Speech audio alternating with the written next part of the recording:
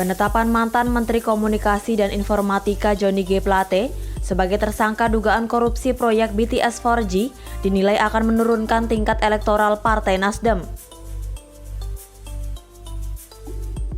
Hal itu disampaikan pengamat politik dari Universitas Paramadina, Ahmad Khairul Umam, Jumat 19 Mei 2023.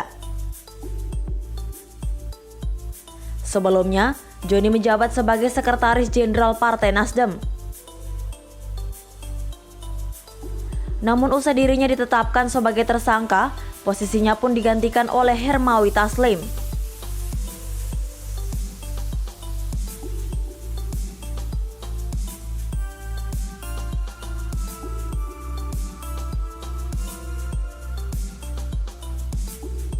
Sebelumnya, Johnny diduga terjerat kasus korupsi penyediaan menara Base Transceiver Station atau BTS 4G dan infrastruktur pendukung 1-5 bakti Kementerian Kominfo tahun 2020-2022. Kini ia telah ditetapkan sebagai tersangka oleh Kejaksaan Agung pada Rabu 17 Mei 2023 lalu. Sementara Ahmad menilai ada keterkaitan dengan persoalan politik jelang pemilu 2024.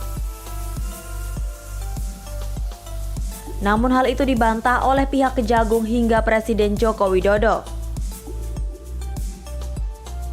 Sebelumnya Johnny dan adiknya Gregorius Alex Plate sempat 2 kali diperiksa sebagai saksi terkait kasus tersebut. Johnny ditetapkan sebagai tersangka usai diperiksa untuk ketiga kalinya. Di sisi lain, adiknya Gregorius masih berstatus sebagai saksi.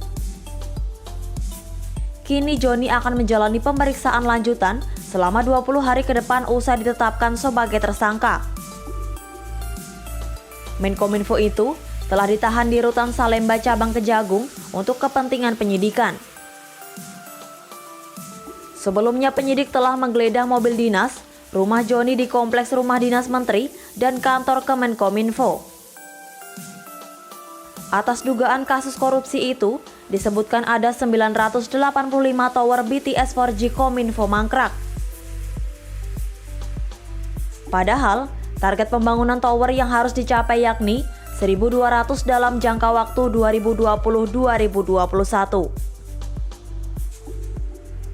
Atas kasus yang menjerat Johnny, negara diprediksi mengalami kerugian sebesar 8 triliun rupiah. Terkait hal itu, Jokowi sempat mengatakan bahwa tidak menutup kemungkinan akan melakukan reshuffle untuk mencopot menteri-menteri yang berasal dari Partai Nasdem. Jokowi juga terlihat santai menanggapi pengakuan Ketua Umum Partai Nasdem Surya Paloh soal keretakan hubungan mereka.